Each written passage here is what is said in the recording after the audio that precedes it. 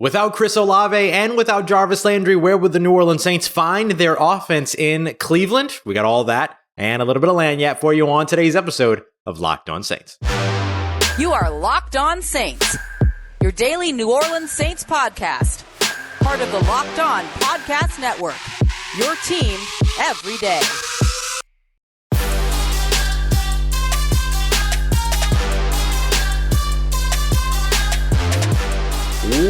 What is good, Who Dat Nation and Who Dat family? Welcome into another episode of Locked On Saints, your daily podcast covering your favorite team, the New Orleans Saints, part of Locked On Podcast Network, your team every day. Thanks so much as always, making Locked On Saints your first listen of the day every day. Don't forget we're free and available on all podcast apps and on YouTube as well. And I'm your host, Ross Jackson, at Ross Jackson Nola on Twitter, your New Orleans Saints expert credential member of the media, CrescentCitySports.com, USA Today's Saints Wire, Tuesdays on Locked On NFL, and here with you every single Monday through Friday and then some on Locked On Saints. And today's episode is brought to you by BetterHelp. It's not a crisis line. It's not a self-help line. It's professional therapy done securely online, available to people worldwide. And we have a special offer just for Locked On Saints and Locked On Podcast listeners. You can get 10% off of your first month over at betterhelp.com/locked on. Appreciate you very much for making it for another episode of Locked On Saints. Merry Christmas, happy holidays to all of you that are tuning in today. On today's episode, we're going to take a look at where the New Orleans Saints will struggle the most this weekend, the one advantage that they have over the Cleveland Browns. But we're going to start today off with a look at how the offense is going to be drastically limited in Cleveland. And it's not just because of the weather. I know everybody's talking about the weather. I get that, all of that. But beyond just the weather, the New Orleans Saints will be without Chris Olave, and for the rest of the season, will be without wide receiver Jarvis Landry as well. You remember that after the win last week against the Atlanta Falcons, one of the things that we talked about was how the New Orleans Saints found those multiple pass-catching options in places that we didn't necessarily expect them to do so in 2022. We thought that they were going to find those multiple pass-catching options throughout 2022 in Michael Thomas, Jarvis Landry, and Chris Olave, but the fact of the matter is that in 2022, they found those multiple receiving options for the first time in their offense in quite a while in Chris Olave, Rashid, Shaheed, and Juwan Johnson. Now they're without Chris Olave, and as we mentioned, Jarvis Landry headed to injured reserve. It's a minimum 4 games that must be served on injured reserve, so unless the New Orleans Saints make some unprecedented playoff run here, Jarvis Landry's season and time as a New Orleans Saint potentially is over, or could be over. We'll see if he resigns over the course of the offseason. But with the limitations now that you're going to have with the weather, but also limitations that you're going to have in the passing game, the most production that you've had from this team, for the most part, has come through wide receiver Chris Olave, a potential Rookie of the Year campaign that's very likely now halted in that conversation, unless he comes back and has an enormous closing final 2 weeks. Where are the New Orleans Saints going to find their offense? Well, one way or another, they were going to have to find it in the run game, right? They were going to have to find it with Alvin Kamara. They were going to have to find it with David Johnson. They were going to have to find it with Eno Benjamin, who can hopefully get out on the field this week. Didn't play last week. Very likely more so because he was added to the team. Not a lot of time to get caught up on the playbook. It was the third offense he was learning so far this season, and by far probably the most complicated offense that he had to learn so far this season in comparison to Arizona's and in comparison to Houston's. So maybe he gets out on the field this week and then ends up having a big impact. How can the New Orleans Saints attack the Cleveland Browns with their 3 running backs? Well, big part of that is going to be how often can we see multiple of these backs on the field at the same time. For instance, Alvin Kamara and Eno Benjamin. You have Alvin Kamara lined up out wide. You have Eno Benjamin in the backfield. There's a lot of different things you can do that. You can utilize the jet sweep action, which we saw Alvin Kamara get a 13-yard run on last week. Use that as a play action and send Eno Benjamin on a pitch to the other side. Maybe you end up faking the run to Eno Benjamin and instead going with the jet sweep to the opposite side. Lots of different ways that they can utilize having multiple or 22 personnel, 12 personnel, these multiple running backs out on the field. Or 21 personnel or 22 personnel, which would be 2 running backs and 2 tight ends in 22, or 2 running backs and 1 tight end in 21. So outside of that, there's another place where they can get this production, and it's going to be by utilizing the short passing game as an extension in the run game, something that used to be just kind of understood, a staple in the New Orleans Saints offense that hasn't been the case so far this season. We've talked about it before. The Saints have thrown the fewest screen passes in the NFL with only 26, despite the fact that, at least with Andy Dalton at the helm, they've been averaging about 7 yards per on those attempts. So it's not an inefficiency situation, it's a play call situation. So do you feel confidently enough about Alvin Kamara, Benjamin, Rashid, Shaheed, even Juwan Johnson, to where you can start to get them involved in more running back, wide receiver, and tight end screens. That's an easy way for you to maybe pick up some passing yardage to where you throw a quick screen to Rashid Shaheed, turn him into a returner with blockers out in front of him, and bam, all of a sudden you've got a 20-yard gain or something to that effect. Now, you also want to watch for Taysom Hill, right? Taysom Hill is going to be a big part of how the New Orleans Saints try to put together some offensive production in this one, running the QB powers, running the QB sweeps, running the zone reads and the read options. But you can also utilize Taysom Hill, as another way to bolster that short passing game, because if you can have Taysom Hill under center or in the shotgun, you end up kind of causing the defense to close in, right? To focus on what's going on in the backfield. So you use that look, but then you throw a screen to the outside, and all of a sudden you've got one or two men to beat over on the opposite side with one or two blockers ahead of Rashid Shaheed or whoever you decide to run the screen to. The trick is run the screens to the guys that are able to create in space. Don't run the screens in a tricky way to the Traquan Smiths of the world or the Marquez Callaways of the world. Run the screens to the return to the return talent in Rashid Shaheed. Run the screen to the tight end, but run it to Juwan Johnson. Don't run it to some of these other guys that aren't getting as much play and stuff like that. So you have to also just be willing to maximize the talent that you have and utilize sort of a little bit of a lost game plan in terms of what we've seen the New Orleans Saints really operate in an intermediate in deep areas of the field over the course of this year, getting back to kind of the behind the line of scrimmage, short area targets, quick slants, things like that. But utilize the talent that you have. Don't try to be tricky and then go to the other guys that maybe you're expecting the defense isn't paying attention to. There's a reason for that, right? So instead, maximize the guys that can create with the ball in their hands, that can do things as runners. Remember, this isn't just going to be complicated for the guys who have the ball in their hands. It's going to be complicated for the guys that are trying to tackle too, because they're playing in -9-degree feeling weather as well. It doesn't get any easier just because they're on the opposite side of the ball. So that's going to be the big thing to look out for, is how will the New Orleans Saints create with such a limited offense, limited by the weather, and now again, limited by health and injury as well. Keep an eye out on the potential for James Hurst to be playing at right guard, Trevor Penning to be playing at left tackle. The reason why I mention that is because that kind of helps to bolster your run game a little bit, because Trevor Penning is such a tenacious and raucous run blocker. He's also very equipped to play in this type of environment, playing college at Northern Iowa and all that. But also getting him out on a running start, that aggressive dude out with a running start on a screen pass? Yeah, okay, do that as many times as you can. So lots of opportunities for the New Orleans Saints to still take advantage of the talent that they have over on the offensive side, despite the fact they're missing perhaps their premier talent right now in Chris Olave. But Rashid Shaheed should be able to step up to the call. Marquez Callaway should be able to step up to the call. And a lot of this game is going to run through the running backs and the tight ends anyway. So make sure you're getting them involved in a bunch of different ways, right? A lot of dynamic approach that the New Orleans Saints can take over the course of this game. All right, coming up next, we're going to take a look at the one advantage that the New Orleans Saints actually have in this game, and it's a pretty big one based on what we just discussed. So we'll break that down for you as we continue on with today's episode of Locked On Saints. Today's episode brought to you by friends over at Turo. Turo is the world's largest car-sharing marketplace. With Turo, you can find whatever vehicle you need, wherever you want it, from a community of local hosts. This is really cool. So there's a huge selection of vehicles wherever you are, including the US, the UK, Canada, Australia, wherever, and whatever type of vehicle that you might be looking for as well. Maybe you're looking to book a spacious 8 SUV or a minivan for a family trip. Maybe you want to see if an electric car works with your everyday life. You want to test drive one of those, you can find those as well. Or maybe you want a classic or luxury car for the holidays. You got New Year's Eve coming up, probably some birthdays, things like that, holiday celebrations, special events that you can do. You can find all of that over at Turo.com today, Turo. And many Turo hosts will even deliver the car directly to you. Every trip is backed by liability insurance.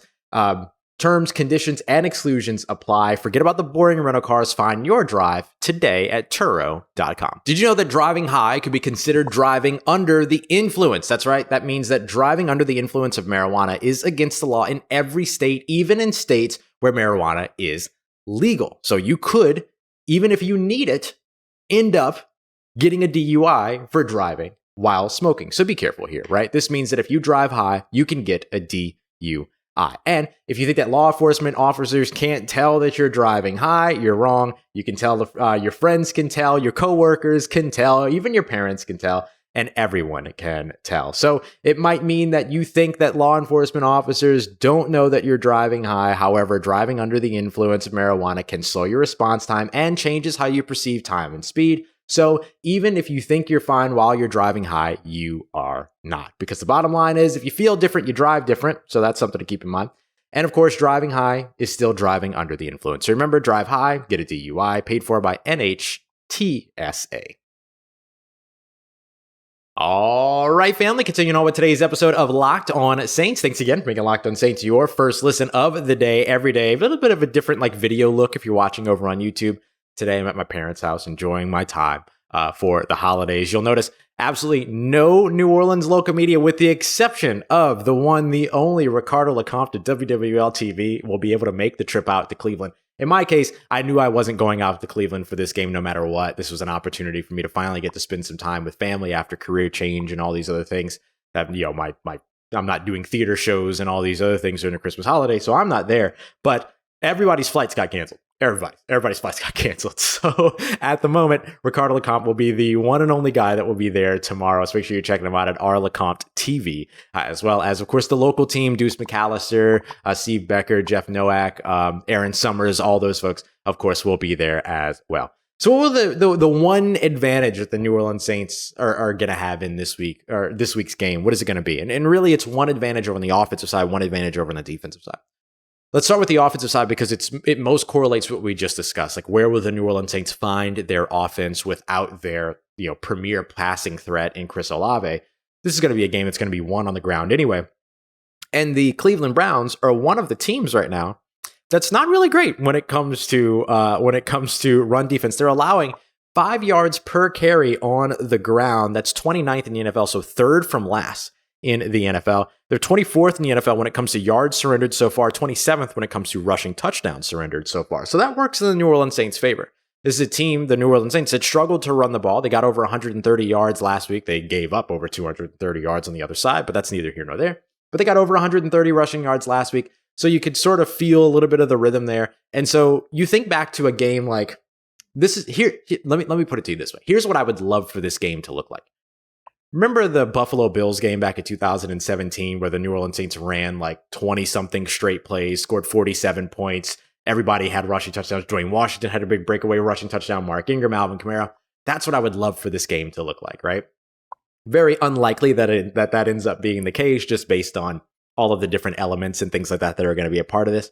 But leaning on the run game, being able to pick up yardage on the ground is going to be something that really can go a long way for the New Orleans Saints in this one. And the Cleveland Browns defense is not one that has been able to really put a cap on the run game. The issue, though, the challenge for the New Orleans Saints is going to be the fact that the defense for the Cleveland Browns is going to be looking to stop the run, right? They don't expect the Saints to really throw any passes in this one. The top of the defense or deep part of the defense is going to be 5, 6, 7 yards downfield, not 20 yards downfield for the safeties. You're going to see a lot of loaded boxes, all those other things. So that is going to make it tricky for both of these teams to run the ball. But maybe that's where the New Orleans Saints get a little bit of an advantage. Think about the players that are going to be running the ball for the New Orleans Saints. Taysom Hill, very hard to tackle. Alvin Kamara, very hard to tackle. He's got that contact balance, all of that. He's very elusive. Benjamin, also very elusive, very explosive. So that's where the New Orleans Saints could maybe separate themselves over on the offensive side. So they're the elusiveness that this team presents and the hard to tackle-ness that this team presents, the punishing runs of Taysom Hill, for instance, that is something that could potentially work in their favor in this one when it comes to going up against the Cleveland Browns, whose defense has missed a ton of tackles so far this season. So taking advantage of that, getting the yards after contact, that's where the New Orleans Saints can really separate themselves in this one. Over on the defensive side, the place that they excel, where the Cleveland Browns have not been very good so far this season, particularly over the course of the past 3 games, even with Deshaun Watson now as their starter, pass defense. So if the Saints are able to continue to take away the passing game as well as they have over the course of the recent weeks, particularly last week, though I know they were dealing with a rookie quarterback in that situation, them being able to keen in and focus on the defense or focus on the run game for the defense is going to be key in this one. So if they can keep focused on the run defense while also taking away all of those options in the passing game, then that ends up being a big, big benefit for the New Orleans Saints in this one. Because if they're able to, let's say, keep the Cleveland Browns to let's just say under 150 rushing yards, right? Doesn't sound like that should be much to ask, although the Saints have given up over 200 rushing yards 3 times already this season. And they've given up 148 just a few weeks ago as well. If they can keep the run game there, but then also continue to take away the passing game as the secondary has continued to gel, then that ends up giving them an extra benefit, because then they can really just focus in on taking away the run game. Then if they can start scoring points on the opposite side, then Cleveland has no choice but to start throwing passes. But where the Saints will have a big challenge is when Cleveland starts to throw those passes, can you force those turnovers? Can you turn that into mistakes, right? And so punching the ball out on the run game is definitely going to be a big part of that. Look for the Saints to just be raking away at the football when they go to make tackles. Look for several players to get to the ball to make those tackles as well, gang tackles, all of that. But also look for the New Orleans Saints to be aggressive when Deshaun Watson and the Cleveland Browns do drop back to pass, because if you can get 1 or 2 turnovers and steal yourself an extra possession or two, then all of a sudden you're in the driver's seat in a game like this. So this is where paying attention to whether or not Marcus May is going to be able to go as a game time decision, that becomes very important. Caden Ellis stepping back into a starting role next to Demario Davis, that becomes very important because he's an excellent run defender, excellent pass rusher, all of that as well. So you're able to take advantage of sort of those opportunities when they present themselves. And then can you force the mistakes by Cleveland and take advantage of those as well? So you get this nice combination from New Orleans of, a breakaway run here or there, which is something they haven't really been successful with so far this season. But can you find that with, potentially Trevor Penning, as a part of this and sort of wearing down that defense, and with Taysom Hill getting a lot of run, I think he'll get in this game. Can you do that? Can you pair that with forcing mistakes out of the Cleveland Browns? If so, then all of a sudden, like I mentioned, those 1 or 2 extra possessions, they end up winning the game or losing the game for you on the opposite side. So for the Saints, you can't turn the ball over. Got to find ways to generate a turnover or 2. That's all it's going to take in this one. And then be able to put some points on the board as well. And get that run game going along with the short passing game as an extension of that run game. So you can find a way to get all that done. You can come away with a win here in Cleveland, but there is one place where the New Orleans Saints are going to have their biggest struggle, and it could be the biggest detriment in this game. So definitely something to watch. We'll get to that as we continue on and wrap up today's episode of Locked On Saints. Today's episode of Locked On Saints brought to you by our friends over at Bet Online. The Cleveland Browns minus 3-point favorites at the moment in this one. So do you think that the New Orleans Saints could potentially cover that, make it a closer game than that? Or do you think the New Orleans Saints could potentially win? You can go ahead and head over to Bet Online if you're feeling frisky and you want to get in on the action for that, because they've got all the odds, lines, and props that you need. They've also got news, scores, podcasts for you as well. I know you like sports podcasts because you're watching or listening to this one. Bet Online's got a bunch of them for you as well. So you can go and check that out, as well as everything around the NBA, the MLB, the NHL, horse racing, auto racing, esports. They've got it all over at Bet Online. All you have to do is head over today on your laptop, your desktop, or your mobile device so that you can get in on the action. Once again, it's betonline.net where the game starts.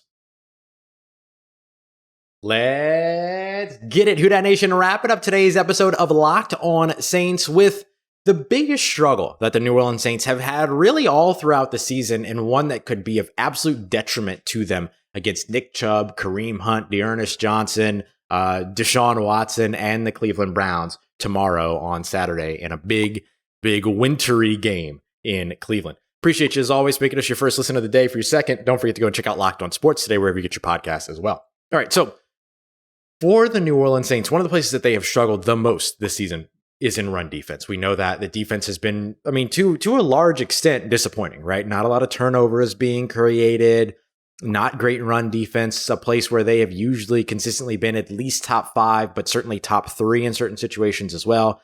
They haven't given up a ton of points or anything like that, but they certainly have not been the defense that we're accustomed to seeing so far this year. And one of the big reasons for that is that the Saints didn't really do a ton to address the defensive interior this offseason. They brought in Kentavious Street, which has been a positive signing for them. They brought in Jaleel Johnson, who basically made it through training camp, and that was kind of it. Dealt with some injuries and stuff too. Didn't even really make it through training camp, if you consider that.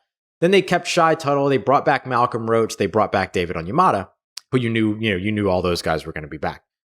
And of course, they drafted Jordan Jackson as well out of the Air Force, but he has been on the practice squad all season. So where the Saints have struggled the most with that defensive interior is average depth of tackle. So one of the big rules if you're an offensive lineman or a defensive lineman, is resetting the line of scrimmage. That becomes a huge focus. And so what I mean by that is, let's say that the Cleveland Browns are taking a snap from the 25.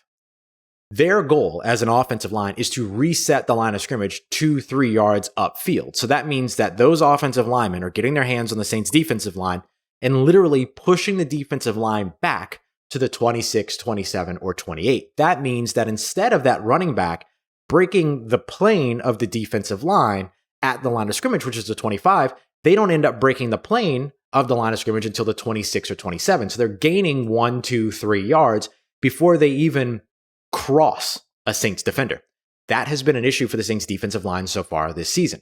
Malcolm Roach and David Onyemata both average depth of tackles right around 3 yards, or further back. Shaheed Tuttle's is at 3.8, nearly 4 yards upfield. So this has been a challenge for the Saints. What they're not seeing a lot of is push from the defensive interior. So that would mean resetting it in the other direction. Take the snap from the 24, but the Saints defensive line is pushing the Cleveland Browns offensive line backwards to where instead of that running back not breaking the plane until the 25, the plane is being reset to the 24, 23, or 22. That's why getting your push up front is so important and resetting the line of scrimmage. The Saints have not done that successfully over on the defensive side. Instead, they're being reset to the point to where they're not making tackles, but 3 to 4 yards upfield. So after that running back has already gained 3 to 4 yards. So that's something to keep in mind. Now, obviously, some of those averages get blown out a little bit out of proportion because some wide receiver comes over the cross on a shallow cross, or comes over the middle of the field on a shallow cross, makes the catch over the middle of the field, and Shaheed Tuttle makes a tackle 6 yards downfield as he works upfield. So, like that ends up changing what the average looks like. But even in the run game, you can see it. Just watching the game, watching the tapes, you can see the New Orleans Saints defensive line oftentimes being pushed back and therefore resetting the line of scrimmage in favor of the offense. So this is going to be the biggest thing that you should be keeping an eye out on when the New Orleans Saints defense is on the field. How is that defensive line holding up? Are they holding their ground, or even better, are they getting pushed and forcing the Cleveland Browns offensive line back? Cleveland Browns are top 5 in the NFL when it comes to the run game, so their offensive line has been putting in a lot of work. The defensive line for the New Orleans Saints is going to have to really change the trend here and be able to fight back against that Cleveland Browns offensive line in order to be able to make sure that they're not allowing all those yards before any contact is made. And then for the rest of the defense, when the contact is made, get the ball carrier to the ground and try to get after the football. That's going to be the New Orleans Saints' biggest test over the course of this game, their biggest struggle over the course of this game, and definitely what you should be watching when that defense is on the field. Coming up after the game on Saturday, I'll be at another spot. We're heading to the family's heading to an Airbnb for like another thing. So it'll be a whole other different look back here on the video side. But regardless, we'll have your live postcast right after the game. And then Sunday afternoon, I'll drop the Monday episode, which will be the recap and everything for you. So we'll go through all of that. Or maybe even Monday morning, I'll drop it so that everybody can enjoy their Christmas day, and then we'll have another episode for you up on Monday. So then we'll get back to 2-a-days after that for Tuesday, Wednesday, Thursday, and Friday moving forward through next week. I appreciate y'all. As always, making Locked On Saints a part of your day and a part of your routine. And of course, making us your first listen of the day. For your second listen, make sure you go and check out Locked On Sports today as well. Get beyond the scoreboard and behind the scenes with the Locked On local experts, bringing you the insight that only Locked On can provide. Available wherever you get your podcasts and on YouTube as well. Appreciate you for always saying yes to me and the show. As always, if you see me, say hi. And if you need anything else around your New Orleans Saints in between these episodes, make sure you follow me on Twitter at Ross Jackson, NOLA. Hit me up. Let me know how the family's doing. Let me know how you living. Let me know how you're momming them. I trust you, that nation. I'll holla at you.